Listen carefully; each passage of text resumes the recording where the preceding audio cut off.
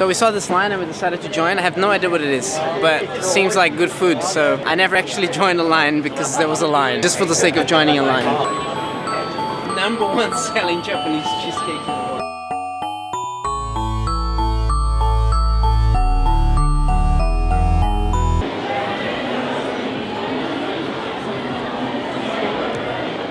Is this cheesecake? I think so. No, it's a cupcake. Maybe the cheesecake is better.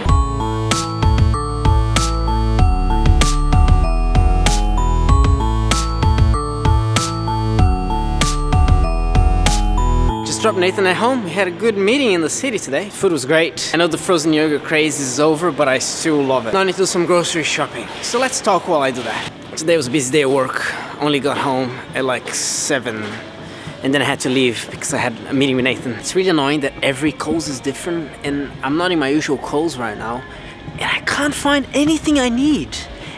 This happens to me every time. And they hide the most essential things in the weirdest places just to make you walk everywhere. I should really start buying online. It's also quite difficult to do grocery shopping without a list and vlog at the same time because I have to be thinking of what I need at the same time that I need to think about what I want to say. So I'm just gonna put these things in the car and then we can talk. So give me a second. Okay, now we can talk. Now we can talk. It's a bit dark.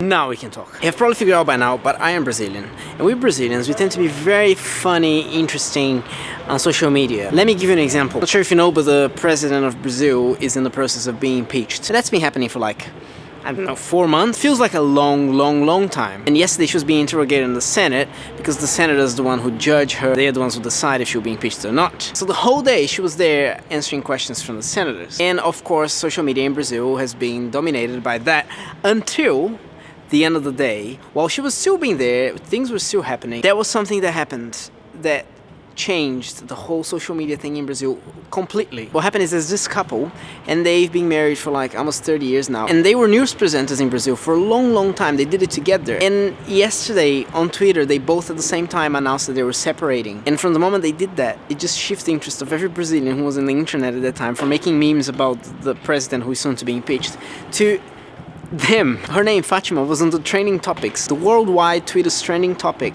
the moment they announced it. No one in Brazil was talking about the president or the Senate or anything that was happening politically, but they were just now making memes and talking about this couple separating. Anyway, I should probably go home, and there's also too many people who I know that live around here, and I don't want people to see me doing this because it's a bit weird. Speaking of Brazilians and social media, we have the tendency of ruining social media, or at least changing it a lot. I don't know if you remember Google's first attempt to social media called Orkut, or I don't know how you say it in English really. That thing was dominated by us. One day it closed down. When it closed down, everyone migrated to Facebook. And when that happened, I don't know if you remember, but there was this major complaint that Brazilians were destroying Facebook. And I do think that we tend to use it in a very interesting way. One of the things that people used to do on Orkut and they started doing on Facebook was posting just random pictures on people's walls every day just to wish you a good morning.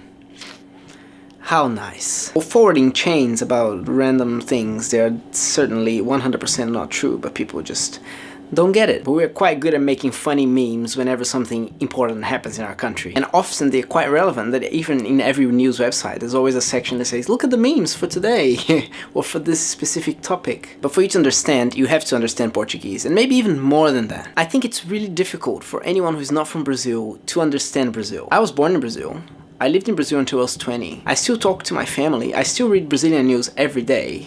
And sometimes I don't understand Brazil. So I find quite amusing when people who are not from Brazil have very strong opinions about things that are pertaining to Brazil. Because sometimes not even Brazilians understand Brazil. Let me give you an example that is purely political, but you see my point. As I mentioned, the president is soon to be impeached. In '92, we had a president that was impeached in Brazil as well. His name is Fernando Collor. It was such an important event that I remember very vividly that at school we had to draw the Senate voting for his impeachment. Like the little people, I drew the little people and colored it in. I was like in year 1, I was like 5, 6 years old, I don't even. But here's the funny thing. Collor, the guy who was impeached, who was the president, somehow is a senator today. And he's one of the people who are going to vote for or against impeachment of Dilma Rousseff, the guy who was impeached in '92. That's Brazil for you. Do you understand? I don't understand. People voted for him. He didn't just get there.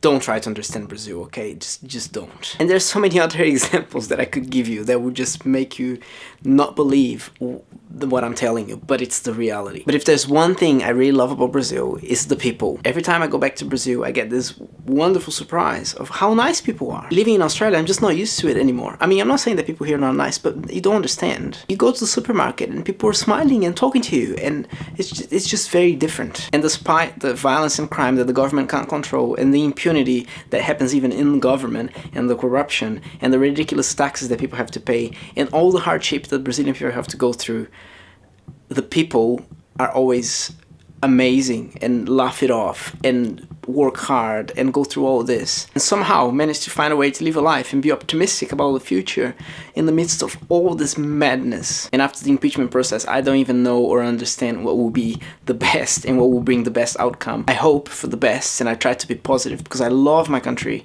and I love the people of my country, and I really, really hope that a year from now everything will be better.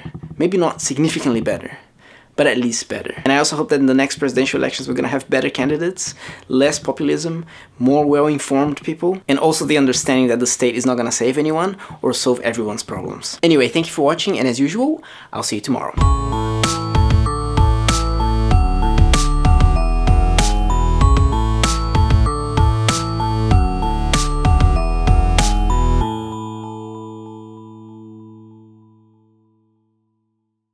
Finalizo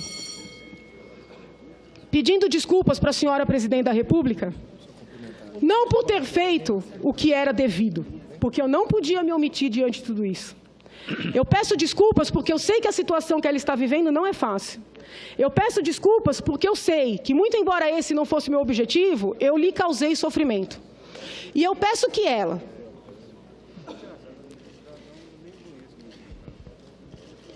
um dia entenda que eu fiz isso pensando também nos netos dela. Eu agradeço.